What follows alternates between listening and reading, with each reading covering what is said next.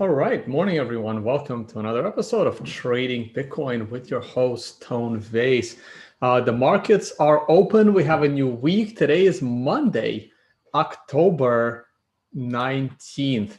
Let's go straight to the charts. No announcements really, but today marks the anniversary, the 1 year anniversary of the Bali Financial Summit. Oh man, I wish we could all be there again.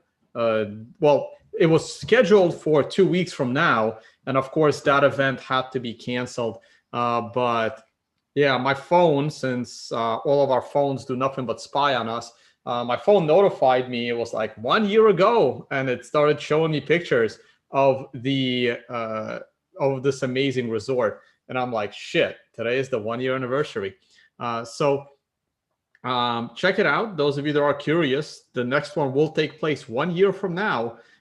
It's possible we'll maybe try one in the North American region, Mexico, Caribbean, I don't know, in March, but I don't know. It's 50-50 on that one. But the Financial Summit Bali has been moved to November of next year. I know the dates aren't here, but it will be November of next year. There's actually no registration form, but maybe there is. No, we took it down. You can like look at some of the pictures, check out some of the testimonials. Had an awesome time. All right, now let's go to the charts. Okay, the monthly chart. We still have a couple of weeks to go. Not really much. We'll look more on it a month from now. And the weekly chart, this looks absolutely awesome. I'm loving this candle. I know we're like 5 hours into the new week, but this candle is looking very promising. We closed last week exactly where I wanted us to close, right at the Fibonacci line. And remember, this green star tells me that there was a probability of more upside into a bullish trend based on the MRI. Everyone that is using the MRI, you all should have access to a video that explains all this stuff. And just for those that have access to it, you don't have to like message me. If you just go to just find that confirmation email, and there should be a playlist there with all of my other videos that educated you on the TI indicator. And this video is there. It will be first in that playlist. So even if you're not in the group chats and you haven't been paying attention, but you're watching this video, just go back to the email you got, I don't know, whenever you got it. And there is a playlist there, and that video is in the playlist. I explain what these stars represent and how to customize them to your liking. I have it set this way right now. And the break of this blue line put the green star in. And the closing above the blue line kept the green star there. And now I am bullish. I am bullish on a weekly scale. Look, we're already 11.6. Wow. So when I was putting this video together 30 minutes ago, we were still like at 11.5. I even saw 11.4 earlier this morning. But yeah, we're popping, and this is very, very promising. I'm liking this. Here's your next hurdle. Your next hurdle is a new weekly close. A new weekly high is kind of irrelevant, but a new weekly close, that is interesting. I'm going to put it in blue. That's an interesting one. That's what you want to see. If you get a new weekly high close right around 12,000, that is a very bullish sign. That means we have the highest close in 3 years. Jeez, let me drag this back a little bit.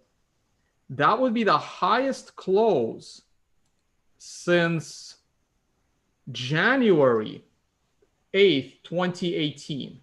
So, wow, 3 years, almost 3 years. highest close in 3 years. And it also means that on a weekly scale, which Tyler Jenks was always a big fan of, there have only been 1, 2, 3, 4, 5, 6 weeks that would have closed higher in the history of Bitcoin. That is incredible. That is absolutely incredible. But this is what the next thing I'm looking at. And the MRI is just getting started. We got plenty of room to go before a weekly top. All the moving averages are bullish. They're all above each other. They're all rising. There's really, looks great.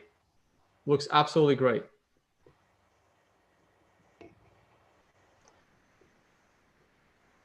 Greetings from Bali. Yeah, I was supposed to be there. I'd probably be there now if there wasn't any COVID. Even with COVID, if Bali allowed me to be there right now, I'd probably be there now. Just can't go anywhere. And if you go somewhere, it's miserable there because no one can do anything. You know, places are closed. Everyone wants to wear masks. It's, you know, I was driving down the highway a few days ago, and literally this woman is wearing a mask in a convertible. Oh, holy shit. I did not even realize. I'm like talking about price. We got a guest, guys. I'm about to stop screen share. Willy, how are you, buddy? Hey, man. Say something. There you go. I got you on audio. I was just talking about the weekly chart. It looks incredibly bullish to me. Want everyone to say hi to Willy. Let me just pull up the daily chart. I want to glance at it real quick, and then you and I are going to chat. Say hi to Willy, everyone. I might have to change that. I just happened to be talking to him this morning, and I'm like, hey, let me give you a link. Maybe you want to join. And I just glanced at the daily chart. The last time I did this video was like 3 or 4 days ago. I put in this little channel. This was my breakout line at 11,550. We broke that this morning, got another green star. Everything is lining up right now. The weekly, the daily. I mean, the 4 hour doesn't really mean much right now, but I'm loving this, man. I think we're ready for that breakout. And on this note, I'm going to stop the screen share. And we're going to get Willy's thoughts on all this. How you doing, man? Oh, good, good. I just moved apartments. Hong Kong right now. I'm in this apartment that's it was a commercial space, and they converted it to a home, which is it's quite unusual because massive amount of space. It's like, yeah, I was about to say that does not look like Hong Kong. I've spent enough time. Like, it's done by a French person. And so it feels sort of, I feel like I'm in Europe right now. And it's, oh my God. Which area of Hong Kong are you? This is Kennedy Town. It's on Hong Kong Island on the far end. It's much more Oh, okay. I know where that is. I know there's a stop on the train coming from the airport. It's like got its own like little island. Yeah, no, it's, so I've been here, what, 4 months? Each month I try a different new place. It's how I keep saying, because, you know, we're travelers. Right. Anyway. It was great. Is your bathroom of normal size too? It's not like, you know, a little shower head on top of a toilet. You actually have a shower. It's totally. It's like, this place is like any other Western house in space and size. So yeah, it's quite a privilege. Yeah, nice. I didn't know you could get places like this here. Anyway, I agree 100% with what you were saying on price. Let's have a look. Shall I screen share? Yeah, sure. I may have to give you permission. Hold on. Share. Boom, go for it. Wait. Let me open up a window that is private. Yeah, don't share screen share application. It's always better that way. Yeah, let me close up some stuff. Anyway, how are you doing? Close your Telegram and whatever else. Let's not. Yeah. Like mostly because I don't want to spend the rest of my day, you know, blurring stuff out and editing. Yeah, no, totally. Okay, so I'm going to share that window, which is... Is Hong Kong safe? Hong Kong has generally always been safe. I love Hong Kong. It's Hong Kong is extremely safe on two fronts. You know, it's the community vibe here is off the charts. You feel like the community is looking after you. We just had a second wave, knocked it on its head. Everyone masked up, everyone sort of pitched in, and it's quite different from, you know, every country has its different way of doing things. Like in New Zealand, they knocked it on its head. They were pretty brutal about it. Like if you weren't, you know, doing everything by the T, your neighbor would dob you in. Whereas Hong Kong's different. It's much nicer, and everyone proactively does their bits. Everyone's totally masked up. And there's 8 million people here in a very dense population. So social distancing is not really possible. So it's all just reliant on everyone masking up. And it works. It works. So I know that over there in America, a lot of people are going, the masks. I'm going to exercise my right to, I don't know, be free. But actually, it works, guys. When you put a mask on, you're protecting your fellow community members from contracting anything. And if everyone does that, it works. All right. Anyway, this is not coronavirus hour. This is well, Hong Kong. To me, Hong Kong is the biggest party spot. To me, everyone's different. Like everyone thinks that. But like for me, the most partying that I do is in Hong Kong. Well, like that's like the one place I go to for like a week, and I'm consistently out till 4 or 5 in the morning. Yeah, you know, it's every crazy. Night. It's I don't know. Only Hong Kong does that. Like I'm all going home and like the sun's rising. There's two reasons for it, right? One is the capital of crypto really is Hong Kong.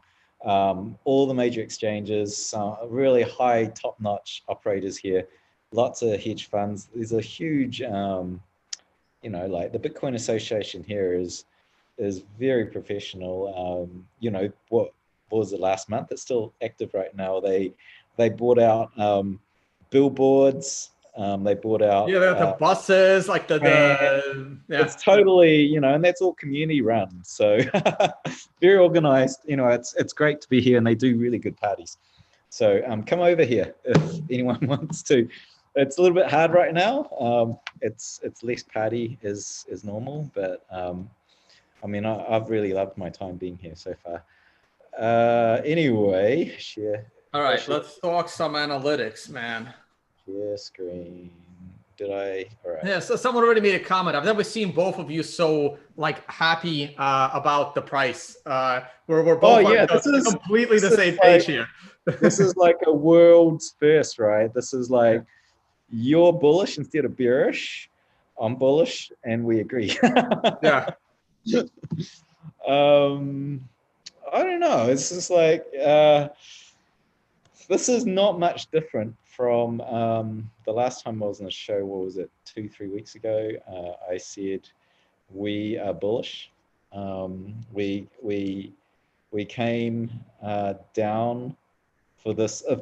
You know, I don't have my proper trading view charts, but there's a downward channel here, and we retested that here, and we're bouncing up. That's technical, but what I saw here was these are impulses of coins changing hands. I've been quite vocal about this analysis of late.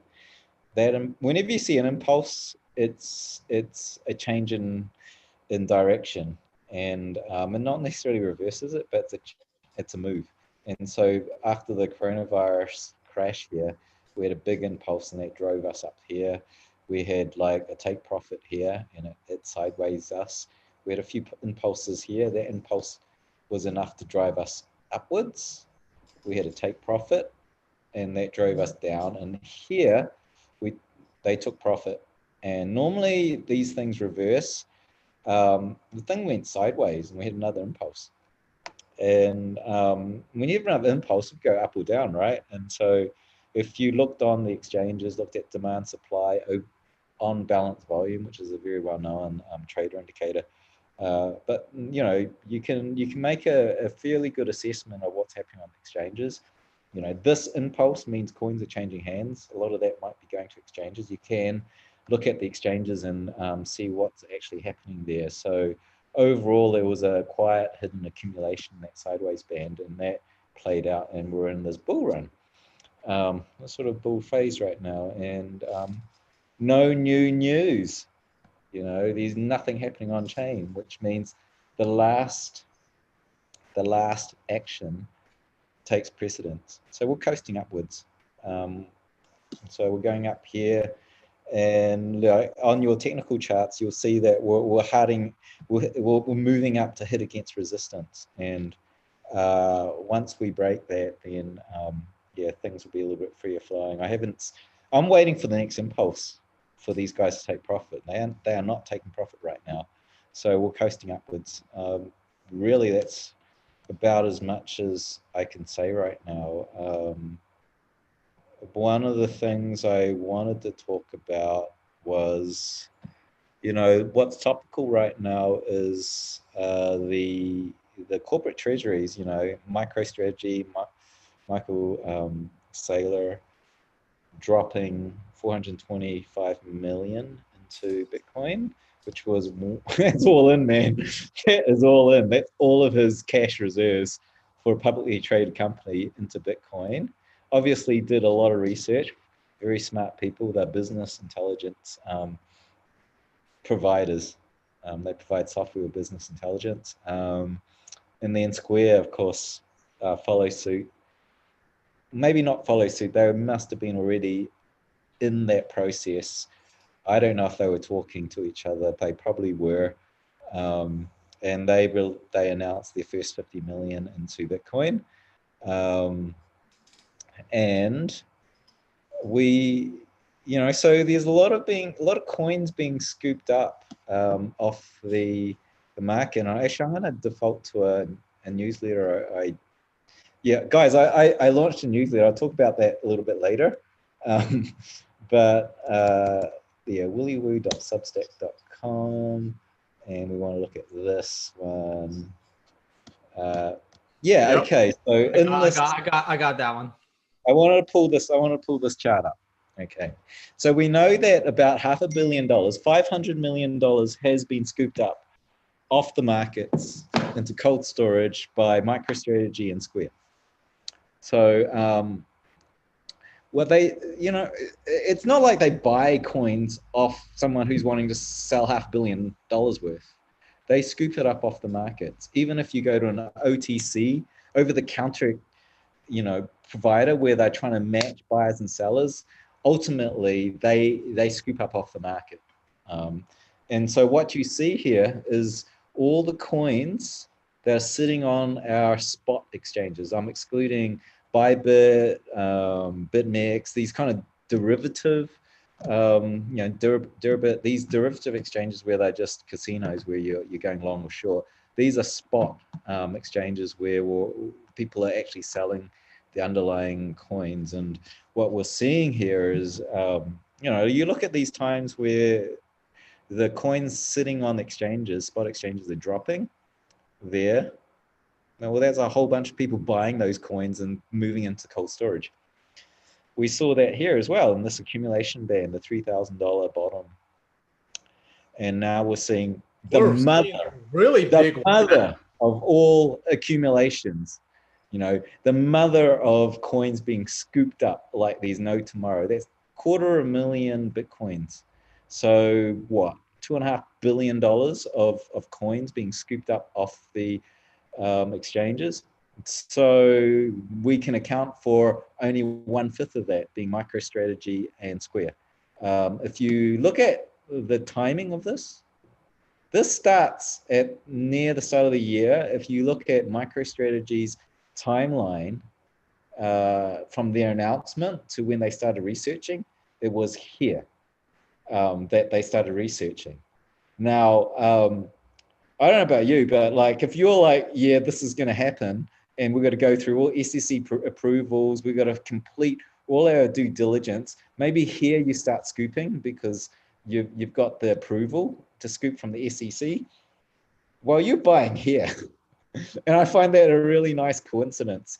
There's a whole lot of smart traders, investors, I should say.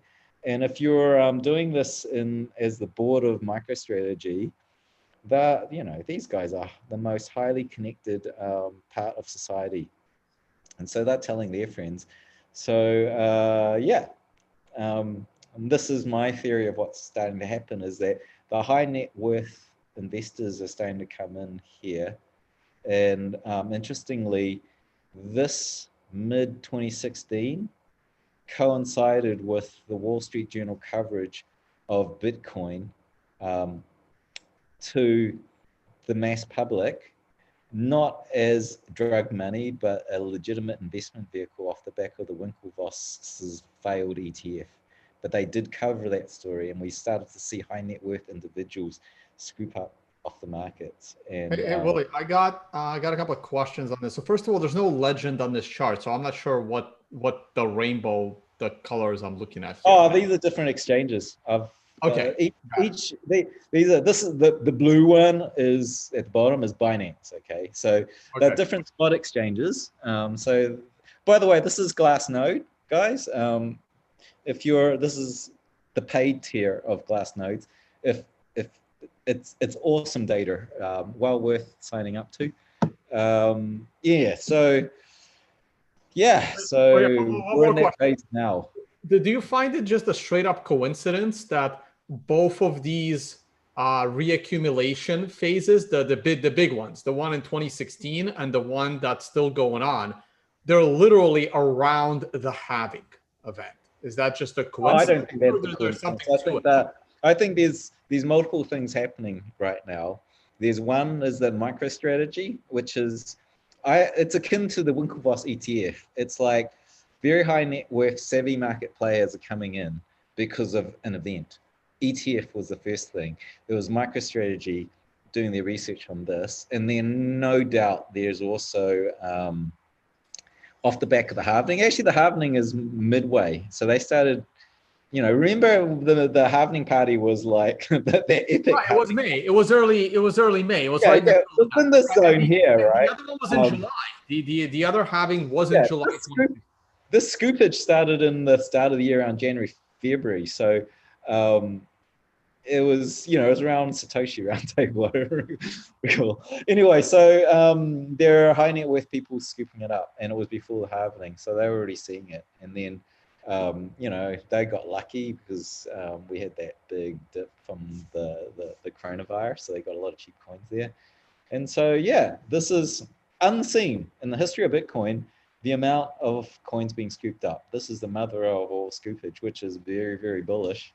And I love the fact that the price is not like dropping. It dropped early on with COVID, but this consolidation is great. And recently, Cointelegraph sent me a couple of questions they wanted me to answer. And one of those questions was about the Bitcoin Fear and Greed Index. Like, I don't know who created it. I don't really know what goes into it. I didn't do the research, but I took a look at it historically just over the last few years.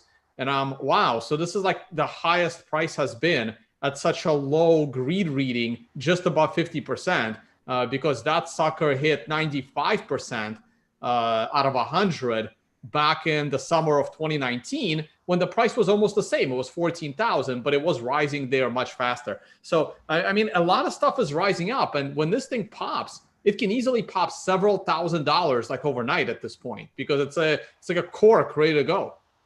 Yeah, it's I wouldn't say it's like, I wouldn't get over exuberant, but like really it's kind of we're in this zone here where there's, a lot of reaccumulation that's not quite reflected. If you're in this zone, the price has dropped and it's going sideways. You're looking at it sideways. Right, and percentage exploded, right? And we're in the zone right now, and you look at these resistances, and the resistances are holding us down. There's a lot of... but remember, a few $1,000s, only like a 15% rise. Like, we're not talking 3x here, right? Yeah, it's so, and it's what I see is like, when I look at this chart tells me a lot. You can look at, you can see already the blue line showing you the price, right? Obviously.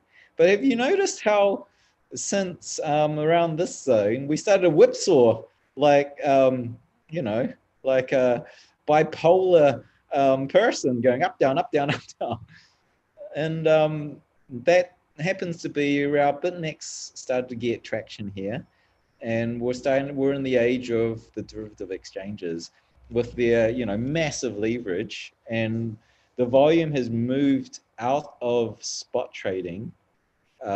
We used to maybe trade altcoins to get leverage, upside leverage. Now with derivatives, we can go up, down, up to 150x leverage, and they dominate the volume. It's like Binance trades $8 billion per day.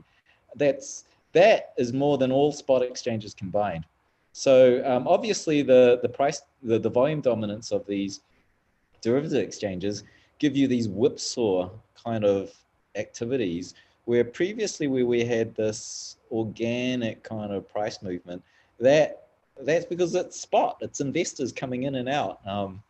And maybe they trade into altcoins, but nothing like what we're seeing right now. So what we're seeing here in this zone here is a lot of camouflage of what the organic price floor of Bitcoin is from these spot investors, the Michael Saylors of this world, the Squares, and the other $2 billion of people scooping coins up. And so it's a camouflage story. If you're looking at this price, you're looking at the wrong thing. You need to look at the underlying activity on the chain, what people are actually doing. And as these spot investors start to regain dominance, I mean, this is the narrative of this last year, is the dominance of derivative exchanges. And then now we're starting to see the swing back to spot exchanges, that you're not only seeing a lot of spot investors coming in, they're putting a price floor, they're buying every dip to get access to the $1 billion of coins they want. But also you're seeing the CFTC, the Futures Trading Commission. Yeah. Starting to go after everyone that are dirty players. So BitMEX is already under the thumb right now. We're seeing these guys being cleaned up.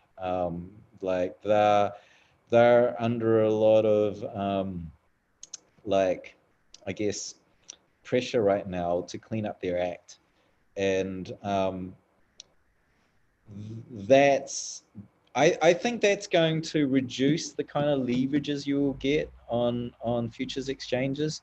I think that what's happening here, if you were to look at the statement that was put out when BitMEX was being litigated, the founders were being litigated against, is that they see this space as being very, very innovative, and they want that to grow. They want new financial products to grow out of that, but they need to make it safe for the public. And part of that is the frickin' things that are outlawed in Wall Street, which is like spoof walling, and like crazy squeezes by large participants using sell walls, which is, if you're a Bitcoin trader, you have to trade using those signals. That's been cleaned up, and when you clean that up, the volatility will drop. And when the volatility drops, then the spot investors come in. Also, it opens the door for an ETF that the mainstream public can come in. Then the organic spot volume starts to climb. And I see what we started in the tail end of 2017, probably will start to taper out into 2021, is that was a particular era, and we'll move more into an organic spot investment era, speculating. But for now, this is choppy. This is very choppy, and the price is not reflective of the valuation, the organic valuation. It's starting to now, actually. You start to see it's moving out. Michael Saylor said, have you noticed the volatility's dropped? And it's in this zone here. And so what I've been saying in Twitter is essentially spot investors, hodlers, are going to do a squeeze on speculators. Speculators doing this, playing to patterns, and eventually this, moving wall of death, if you're short, is going to squeeze you out, and then will pop. Bitcoin will teleport to a new price, and there'll be a new technical game. but yeah, the wall is moving upwards. You can see that in these all of the, this is the MVT price map. It's mapped to, this is MVT, which is on-chain volume. It sort of tracks what investors are doing, and it's moving up and up and up. Everything's moving up and up. These are all fundamental investment like models around what the valuation is. And this one is realized price, and it's historically been quite close to the floor, and it is moving up. So enough of that. I got a couple of questions, but one of them you kind of sort of answered. So I just want to comment that high 100x leverage, that's not like new. Silver, one futures contract of silver is 5,000 ounces. And one contract of oil is 1,000 barrels. So 100x leverage in the crypto space. I mean, no one even trades the S&P futures because they're too leveraged. Everyone trades the mini futures, and the actual S&P future is 5 times that. So I think the S&P future is maybe 50x leverage, but that means that if the mini is about approximately 50x, then the actual one is 250x. That's how leveraged some of these things are. So, but there was a question earlier that coincides with, you mentioned that wait, let's go back to that. I want to put a number to that. Okay. Okay, what are we talking about? Silver. Let's use gold because that's the closest I've got here. Yeah, it's not as volatile. Yeah. Okay, this is gold. This is gold volatility. This is Bitcoin volatility, right? I'm actually pretty close now. They're pretty close now. Bitcoin's getting upside volatility. This is oil. Oil's pretty good. Okay, negate what I said. I thought Bitcoin would be. Well, Bitcoin's going through a phase of where the volatility is dropping due to the spot investments coming in. Okay, fair point.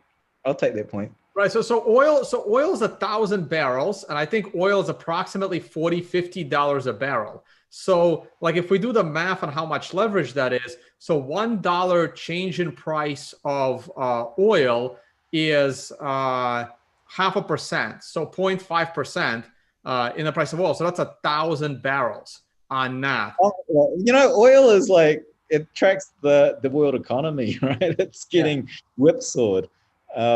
Actually, Bitcoin's starting to look like a safe investment in terms of volatility right now. But yeah, outside of the leverage, there is the spoof walling, and yeah. And there's also, right, so there are I mean, I've never had a big problem with spoofing. Like, I don't understand. I'm not big on that, but yes, it's an illegal practice. But the bigger one is, are these exchanges, are they selling the information? Are they using that information in their internal trading desks? I mean, that's the really illegal stuff. Like, are they taking advantage of that information that they have from their traders and somehow using that information to profit? That, I think, is a very illegal practice that needs to be cleaned up. I don't know if they are or aren't doing that. I'm not accusing any exchange of doing that, but that is the real illegal practice that needs to be cleaned up. Yeah, everything I've seen is that it's illegal, but of course it's not regulated. It's illegal in Wall Street, but it's not yet regulated, and I think it happens. I've seen it happen. So this is like, crypto is like the early 20th century in stocks. Insider information. If you're in the inner circles, you get a lot of information. It's low risk trades at that point because you have fundamental information before the rest of the market. And that's been outlawed now in Wall Street, but it's not in crypto, and that certainly happens. I think it happens in exchanges. So yeah, I don't know. With exchanges, it's a little bit, you only have like data. It's not as useful as like, this thing is going to happen with Bitcoin or some shitcoin and you should buy it now. But yeah, I think that, if you've got a derivative exchange, one thing that you can do is like both sides of the trades are matched. So you could, like, if you were talking about spoof walling, I could spoof wall. I'm the exchange. I'll put in $1 billion buy wall and I'll just drive you up. All right. And I'll take out, you want to sell into it? I'll just keep, you don't have enough capital because I've got a spoof wall, which is virtual. And it's 100% backed actually, because it's not like spot exchanges where you have to, like Mt. Gox was when they was buying crypto, it needed to have the US dollar to back it with that Willy bot scam. In derivative exchanges, you don't have to back it. It's just a trade, and you're going to win this trade. And so, like stuff like that, I want to see oversight on. Like, why is BitMEX's order matching engine so crappy? Why does it melt down even after years in operation? Arthur goes on here saying it's a very complex problem. I'm like going, well, throw $1 billion at it. You make billions. So, you're not changing that. You're not fixing it. And so, the conclusion most rational people would come to is that you make more profit from that order matching engine being screwed up. And so there's like weird kind of stuff happening here that doesn't make sense. So I do think there's a lot of underlying weirdness going on in these unregulated exchanges. And so, yeah, someone here said, talk to the decoupling. Yeah, that was going to be my next question. Actually, let me phrase it differently, but then I'm not sure. I asked for follow-up decoupling from the stock market or decoupling within the crypto space, but you said earlier that back in that 2017 rise in price of Bitcoin before the dominance of these leveraged exchanges, people used shitcoins to kind of leverage their Bitcoin trading. But now, since we do have these ultra, like uber leveraged exchanges, is Bitcoin going to decouple from the shitcoins? Obviously everything will rise, shitcoins along with Bitcoin, but will Bitcoin will decouple even on the way up this time? But if your view is that the super leveraged exchanges, derivative exchanges will go down in the next 12 months due to regulation and stuff, does that mean that the shit coins will not decouple and they will come back with a vengeance? So what is your view on that kind of decoupling, Bitcoin versus shitcoin? Oh, that decoupling. No, I don't think there's no decoupling. All shitcoins orbit around Bitcoin. They might change in the future until we see evidence of otherwise. Bitcoin's by far the big planet in which everything else orbits around. So I don't see any decoupling. The only decoupling you see is where they fall out of orbit, and when they fall out of orbit, they drop into the abyss. So I don't know if do you remember there was a tweet I put out around oscillators and degenerators? Like I analyzed like 3,000 coins and only a handful orbited Bitcoin, which means in a chart, it looks like, let me pull up CoinMarketCap. Here we go. CoinMarketCap. All right, let's pull up Dogecoin. You should use CoinGecko. We most of us made the switch. Doge. All right. I use it for tracking DeFi. They're pretty good with that. All right. Okay, let's show log scale. This is what you call an oscillator. Okay, an oscillator means this. What I'm tracking here is the Bitcoin Satoshi value. Its price versus Bitcoin. This is Dogecoin. Dogecoin has had no active development in 4 years, or roughly something like that. It's a joke coin.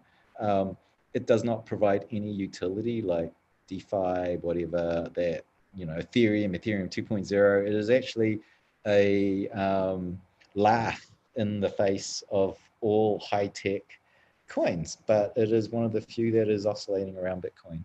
So it's outperforming maybe 2,900 coins. Turns out there's only a handful that oscillate around Bitcoin. Most of them look like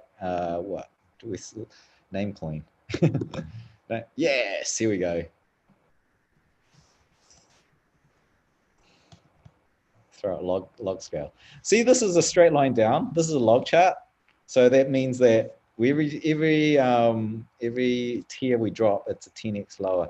So essentially, this is what we call a radioactive half-life. There's a X amount of time where it halves.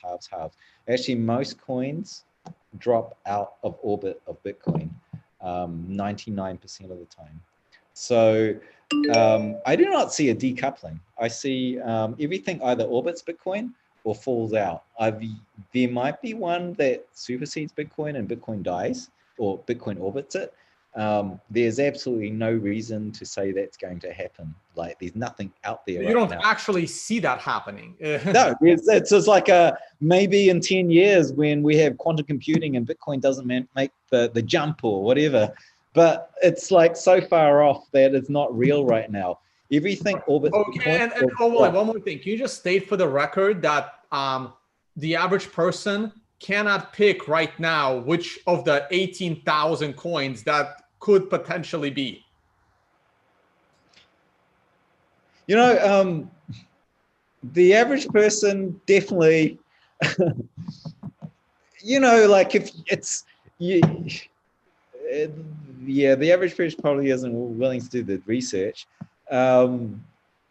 Most people are sucked into fast profits. If you stay in it, you usually get burnt. With the DeFi craze, really interesting technology. A lot that hardcore Bitcoiners could learn off the technology.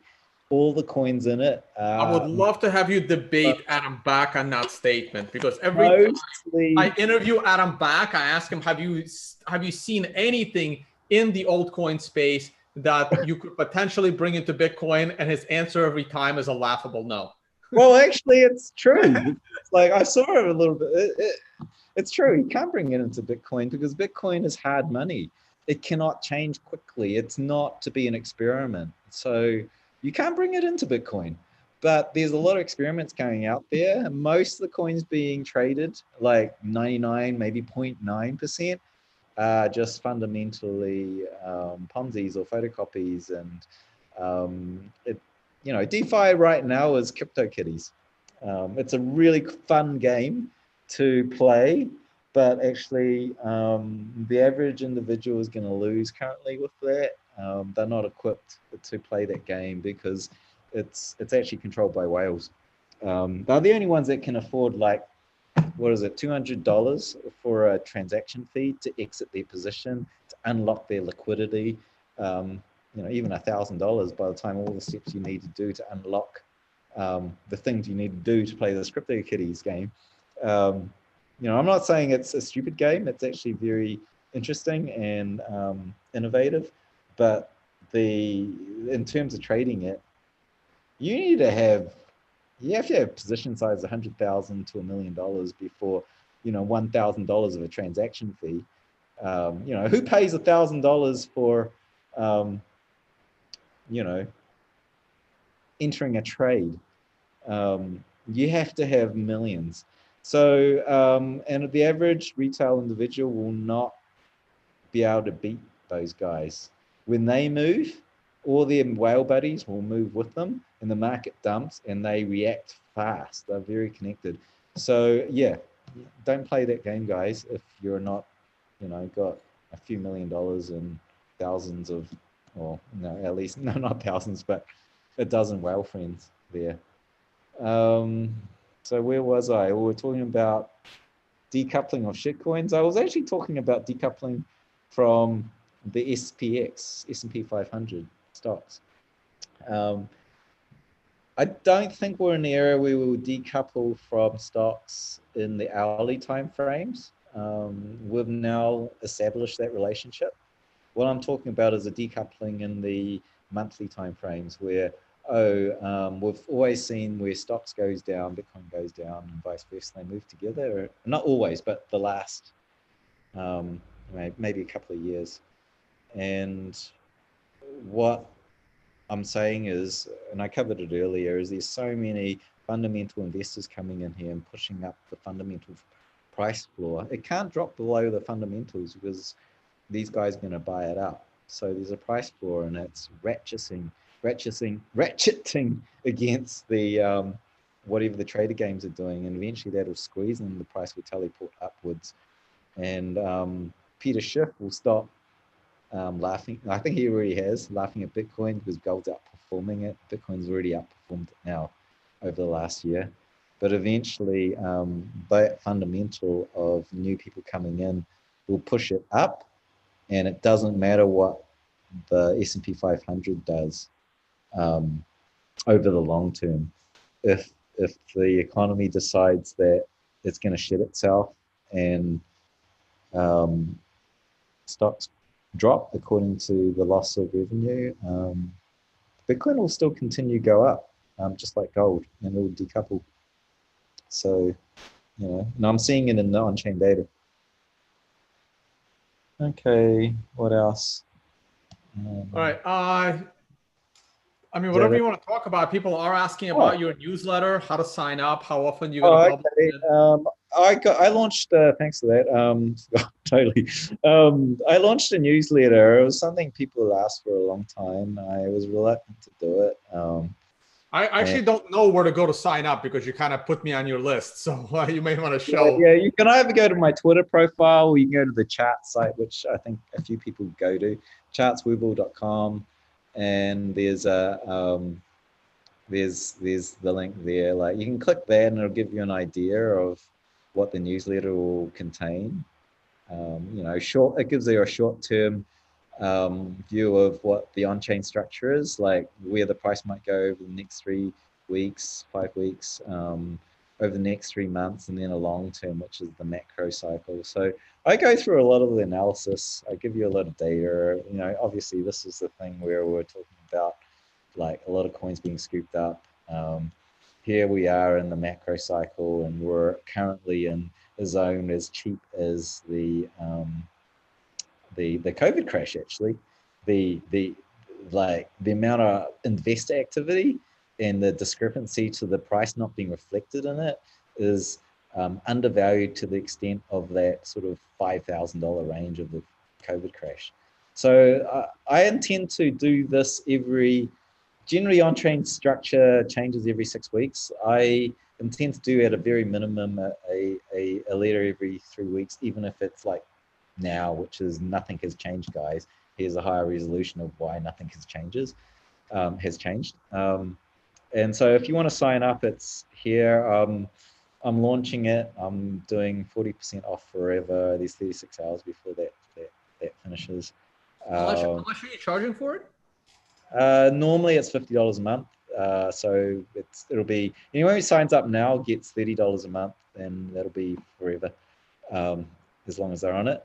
And yeah, I was hesitant to do this because I felt like my like a lot of the stuff I do is generally what's in the realm of proprietary research inside quant funds, large funds, and Wall Street coming in. They do all this research and they keep it to themselves. And I don't want Bitcoin to be this thing that's happened on Wall Street where the biggest people in the room start to suck up and hoover up everything. And a retail investor comes in and they get clobbered because they don't have access to the same information. And I wanted to provide something out there that, I've been doing it for years to try and give some sort of decentralization of asymmetric advantage to everyone. And I decided I wanted something that I was beholden to, that I was responsible for. Because when you're tweeting the stuff for free, you can just do it when you feel like it. But I wanted something that would just go, I'm now responsible. Yeah, it's a commitment. Like I've Exactly. my entire time in this space, I've always avoided a subscription to anything basically. But maybe next year I might start a trading kind of subscription where I do these short videos publicly, and then I stick around for a private Zoom session right after the Trading Bitcoin public show. And that's where, people ask questions. That's where I can be a little, more open with my answers because it's not being live streamed. It's once you're incentivized, everything's incentive. Once you're incentivized to do something, you just put a lot more in. I noticed I did a lot more research on the build up to adaptive fund, and we'll put out a lot of research. And I want to get into that mode again. And the research, it's going out publicly. Ultimately, it's going out publicly, and the newsletter is a way to fund that. The guys in that will get my interpretation of the market read up or down, and that's value add for them. But you can feel good in that you're supporting further research into the on-chain side of things. And so it felt good to launch this, and the uptake has been pretty positive, and I think it's enough to continue with this at this stage. So yeah, so guys, just sign up if you feel like you want that market read. If you don't want the market read, you can just continue to follow me. I will give you research anyway. So yeah, it's all good. What else? All right, awesome. Oh, You give us like an update, maybe on Level, any other companies you're involved in? I could say I'm working with Glassnode right now. They're doing really good stuff. Like they're moving very quickly. It's a very nimble team, and it's very nice to use. So if you go into Glassnode, I don't know how many people are using the stuff right now, but they've got, the thing with them is that they've got like ridiculous amounts. They've got like 200 to 300 charts, on-chain charts, fundamental charts. Like here's the active addresses. I can get in here. I can smooth out. You can get a free account here. You can go levels deep and get the full premium, which gives you a lot more information. And it's just a lot of alpha to be found in here. I'm not getting paid to talk about this.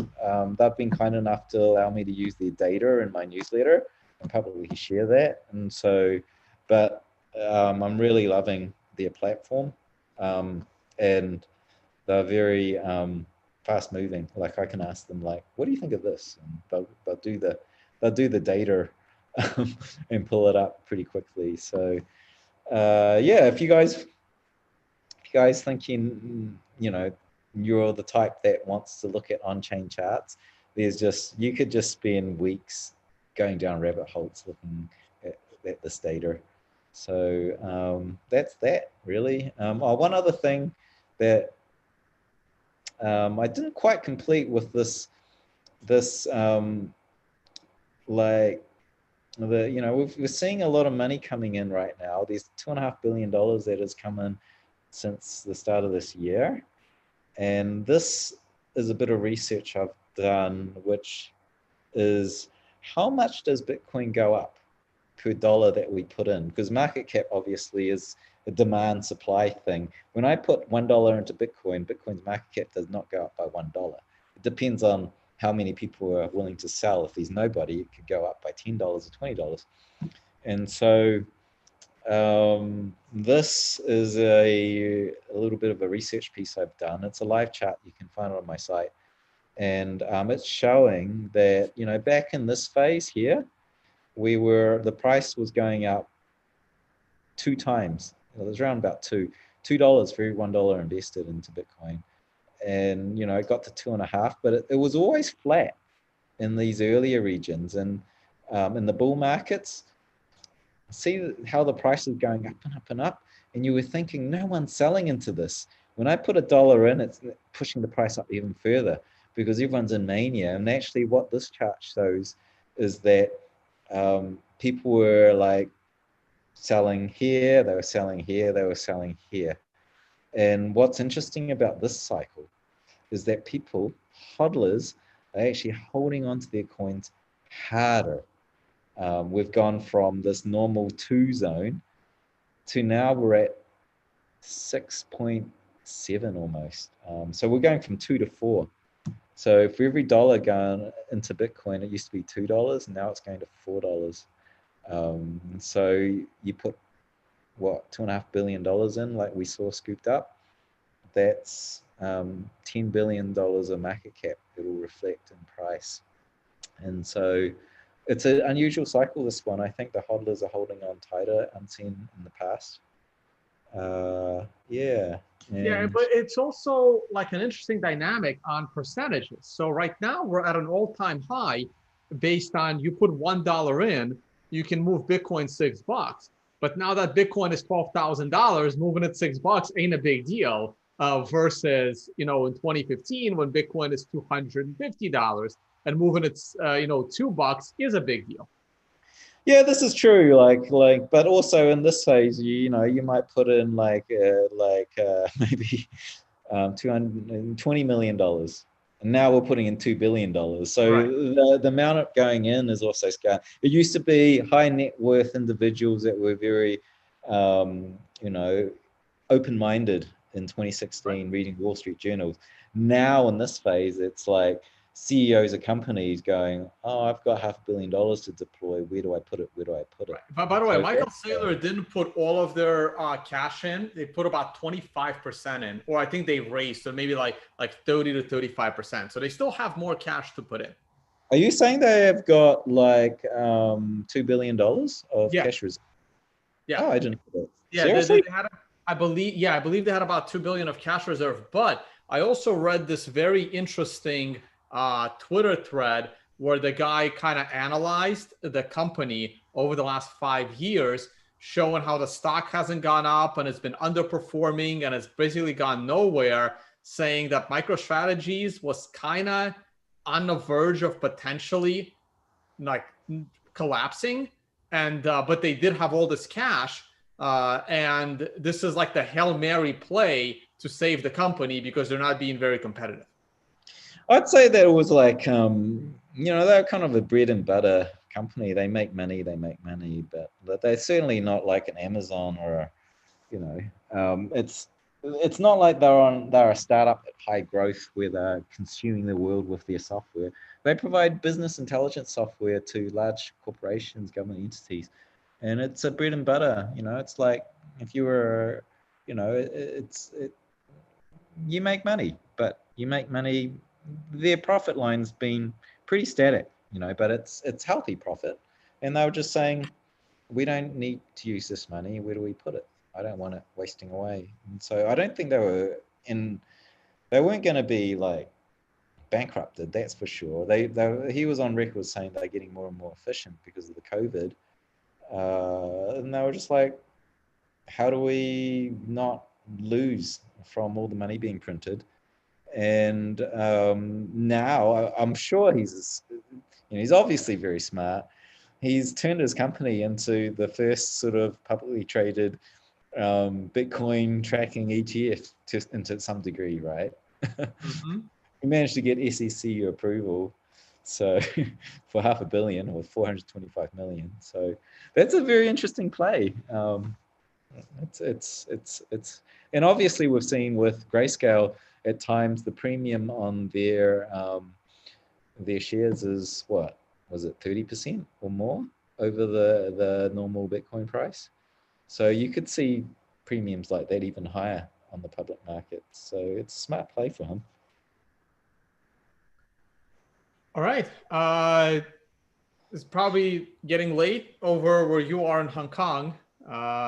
Anything else you want to mention, Willie? If not, I'm gonna mention a couple of things about the charts. Haven't looked at gold or the S&P yet. I'll give that about 5 minutes.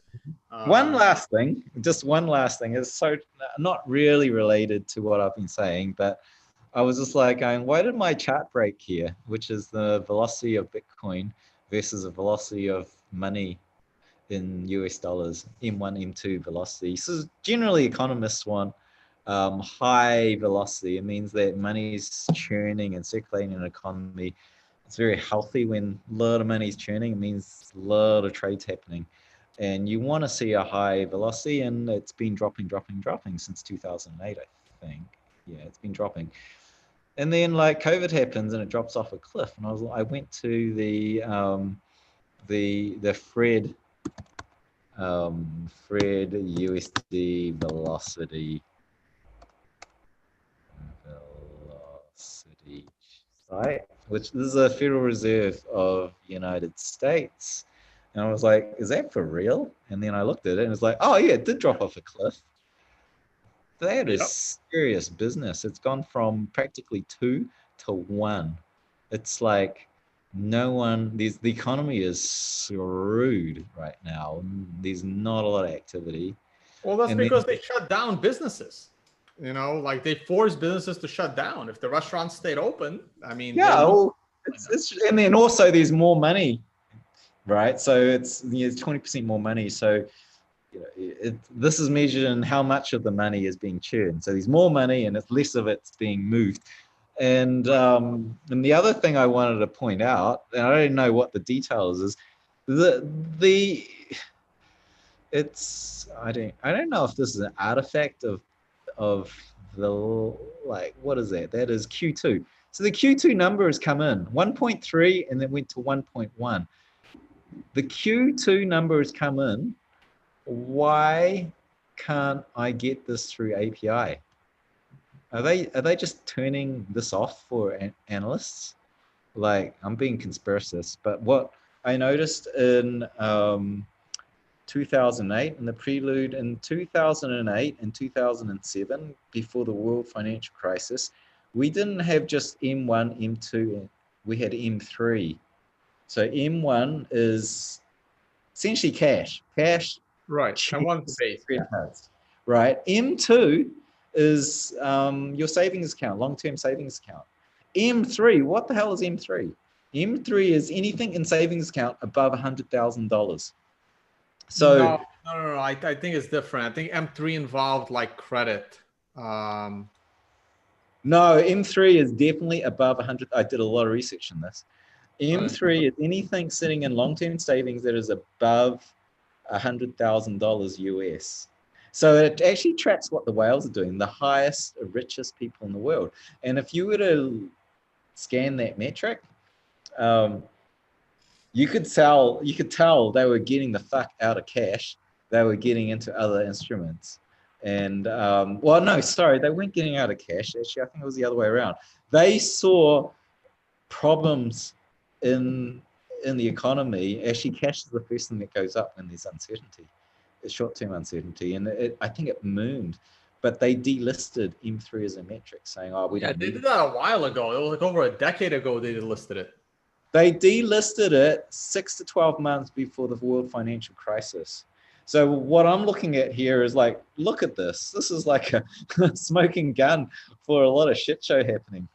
And like, I don't know. They obviously can see it on the Fred site. They are reporting the velocity, but they turned off my API access to get the latest data point. So I just find a lot of this interesting. I don't know if it means anything. Maybe it's just they changed something administratively, but that dip is real. It's not a bug. It is solidly a bad indicator for the world financial markets and economy. Traditionally, gold is the place you go to. Bitcoin is the other one. So there's your prelude. Things ahead. All right. It's you, man. All right, let me jump. Let me take screen share over. Feel free to stick around for a few minutes. I'm not going to keep this long. All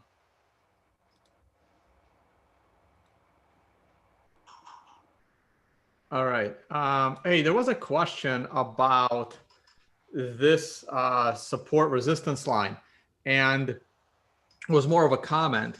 If we hit an MRI top without breaking this support resistance line, then yes, it is more likely to reverse the price down. But I find it very unlikely that if we catch another MRI top here, we would not break that line. We probably would, because if you look at the last time we had a green star and we, like, here is the arrow. And if I just take that arrow and I put it from the green star, you can see how much way over that line we would get. So I am anticipating that if we're going to go higher and we are going to catch an MRI top on the daily chart, we will break this line. And the break of that line sets us up for a lot more upside. So right now I am still bullish off of that. Let's glance at gold. Gold is still holding this line. I can adjust it a little bit so that I'm not breaking any candle bodies. It's still a clean line, still touching all of the same candles. I can even make it like that, make it a little less steep. And I'm still looking for gold to break out to the upside the next time we get above 1925. One more shot, and the next time I will be even more confident that gold will go higher. So here's the S&P weekly chart. We did have that green star, and we pretty much had a new or matched the prior all-time high close enough. We're starting off the week with a down day, but I don't see any big concerns here for the market. The election is coming in 3 weeks, less, 2.5 or whatever. And so a lot will depend on the election. But as far as the chart's concerned, it's relatively bullish for me on the S&P. The short-term look on the daily, we've been pulling back for the last 4 days. And I did expect us to start going up. Let's see how this day ends. People are talking about the 10 a.m. Situation. We started rallying. We turned right around 10 minutes to 10 a.m., but we only fell for 10 minutes. And then right after, right around 10:10, we started to rise again. And now we're making a new low. I would stay away from the stock market right now. This is probably not the best time for trading. Unless your trading is very short-term, high leveraged, high swings. The stock market is going to be very unpredictable for the next 3 to 4 weeks with the election. So if anything, I would stick to the higher level on this weekly chart. I still think it looks bullish. A lot of the metrics are bullish. On the daily chart, it's a little bit, concerning and bearish looking. So unless you're trading the longer term weekly charts, I would be comfortable holding long. Anything else, I would probably just wait till the election is over. And that is pretty much for me. Yeah, Willy, I was saying to start off the show, today is the 1-year anniversary of our Bali event, man. We were here 1 year ago today. Oh man, I so miss travel. That was a really good event. It was the best. And if you guys want to hear from Willy about the event, here it is. I caught up with you in the Philippines to get this shot. I'm looking at your screen. What show is that? No. I said this was you from the Philippines kite surfing when we were out there for your testimonial at the conference. Oh yeah, no, that was fun. It's fun. That was, but yeah, yeah. so there. I remember saying that, you're gonna play it. I remember there were strong winds there. Oh yeah, well that's why you're kite surfing there. All right, no, that's it for me, guys. Oh yeah, Willy, anything on level? No, not right now. They're grinding away. I haven't had much of an update from Chris. Maybe we need to get him back on the show. But right now, I think they've changed the site right now, and I think they might be doing a fundraise. Not sure yet. But they're rolling out to more states. They're in the process of getting debit cards out to everyone. We saw with Kraken that they became a bank, which was quite interesting. It was a very much a local state-based bank, whereas Level is out there across many states, and it's piggybacking off a lot of providers right now that provide federal level banking. So yeah, if you guys want to go to Level, follow Tone's link there. This is a kind of a tip that not a lot of people know. You talk about yield farming on DeFi. A lot of people are getting crazy sort of Ponzi scheme returns in tokens that are very volatile.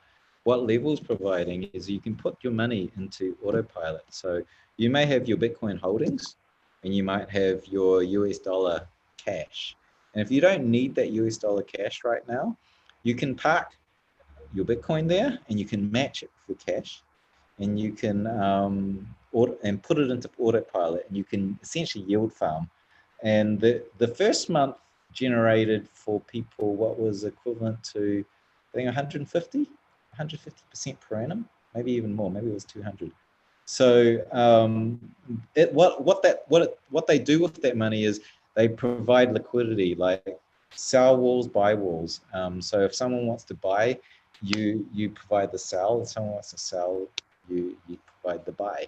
And so essentially you become the wholesaler, and that revenue is what actually market makers make on Wall Street. And what Level has done is provide that technology and given it to the customers. So you can do that. You can sign up. You can park some cash there. Try it out. I can't guarantee it'll be 200% anymore because people know about it now and it's starting to come down. But it's worth a shot. And debit cards coming out. I don't have a date for it, but yeah, if you want a bank that, like you want a bank account that supports crypto, you don't have to hide that you're in crypto. You can buy directly at zero fees. Level is currently the best product I know to stack sats and also get a return on your cash. And it's all insured. 250,000. Is it 250 times? Yeah, $250,000 FDIC insurance on your US dollars. That's probably it is a lot safer than stablecoins. I pinged a lawyer that looked into the basis of it, and it is, your money is a lot safer in Level in cash. It's directly insured versus packing it into, say, USDC. Oh yeah, no, I mean, like those stable coins, they definitely come with risks. And people are asking, Level is only for US residents, citizens. It's not offered international. Correct. Starting off in the US, even like we're still rolling out to the US. So yeah, US for now, other places in the future. All right, that was the update, and I don't have any workshops, but hey, I released the MRI, and the video is now out there. It's available on the indicator, and also our on-demand videos are available as well. All right, it's been a great show. I'm gonna stop the screen share. And Willy, thanks for jumping on, man. I'm loving the apartment. Damn, I gotta come visit. How long are you staying there? Come over. You have 2 weeks quarantine, but it'll be worth it. It'll be fun. Oh, yeah, well, that's the thing. Like, if it's an apartment like that in Hong Kong, no, like the whole point of going to Hong Kong is to go out. Like these 2 week quarantines are killing me. That's why I don't go anywhere anymore. But yeah, no, good to know. I'm sure our paths will cross again very soon. And Unconfiscatable still planned for April. I'll have more info on that soon. Hopefully, you'll be able to come stateside for that in April. Yeah, the US needs to get a lot safer. But yeah, no, I would really look forward to it. It's not that bad as far as safety is concerned. It looks way worse on TV. Okay. Awesome, man. It's been fun. All right, guys.